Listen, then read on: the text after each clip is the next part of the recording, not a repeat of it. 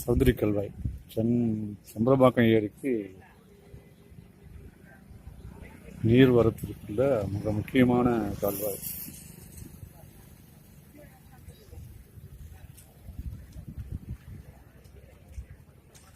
ஸ்ரீபெரும்புதூர், பிள்ளைப்பாக்கம், இன்னும் ஸ்ரீபெரும்புதூர், பிள்ளைப்பாக்கம் ஏரியா, இன்னும் பல ஏரிகள் இருந்து கிட்டத்தட்ட ஒரு 100-200 பாலாற்றிலிருந்து வர தண்ணி எல்லாம் இதன் வழியாக தான் செம்பரம்பாக்கம் ஏரிக்கு வரணும். நல்ல தண்ணி வந்திருக்கு. சீக்கிரம் ஏரி நிரம்புறதுக்கான வாய்ப்புகள் அதிகம் உண்டு.